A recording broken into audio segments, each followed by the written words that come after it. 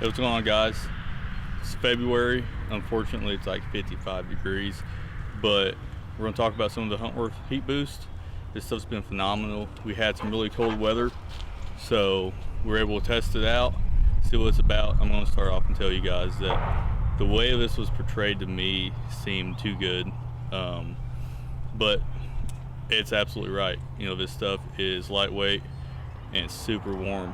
So we hunted in it, I think around Christmas with the wind chill. It was 0 in the negatives, and then we had some other cold weather where we were able to test it out. So I'm going to talk about what I wear, how it performs, and then just a little bit about how I hunt in cold weather. So base layers, I'm wearing it right now.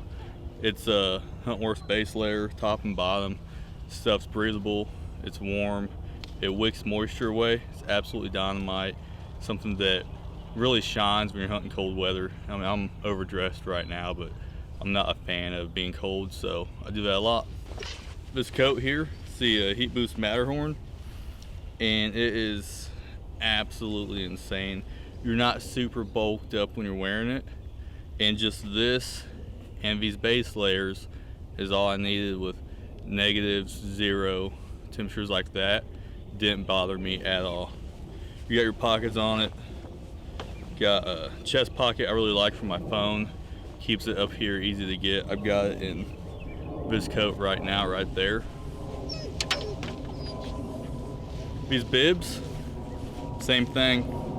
Not super bulked up. I was wearing these with the base layers. That was it. You know, I was completely comfortable. Got the reinforced back on it. Something that's pretty neat about it I liked is you've got another pocket up here that you can slide your phone into, or whatever you want, really. Can dip, wind checker, you know, opportunities are out there for pretty much anything you want. Then we've got the zip pockets on your thighs. It's great placement. You know, if you're sitting in a stand, sitting in a chair, you don't have to move your hips around to get stuff out. They're just right there on top of your thigh. You can get to them. You still have the traditional pockets on your hip to put stuff in. Another nice thing is these things zip up and down, like all the way up to here. You know, they're zipping to pretty much your hip, so you're taking boots on and off. You can leave them on, take these on, off. You don't have to worry about taking your boots on and off non-stop. Cold hands, cannot do it. Can't handle hands being cold. Got these Heat Boost gloves.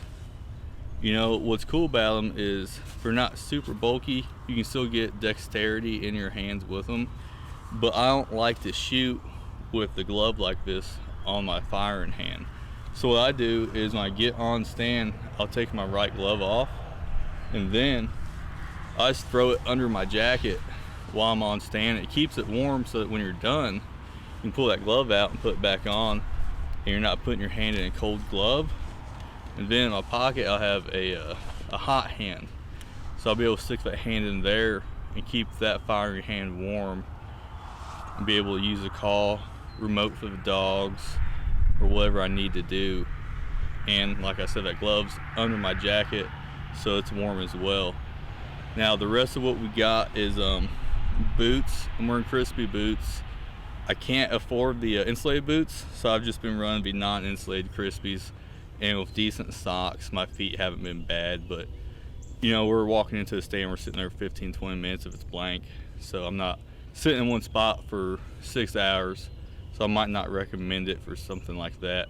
But overall, I mean, I'm used to wearing like 2 sets of thermals, sweatpants, hoodie, bibs, coat.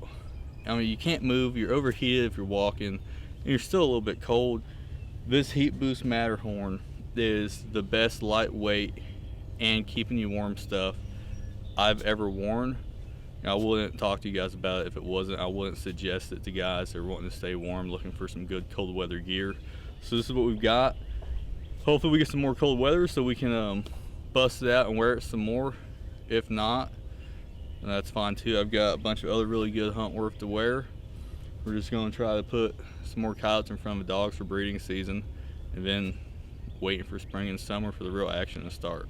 Just a quick tip for you guys that are calling coyotes right now, if you're having trouble with your predator stress sounds, you know, breeding season might be hard on you, switch over to your coyote-based sounds.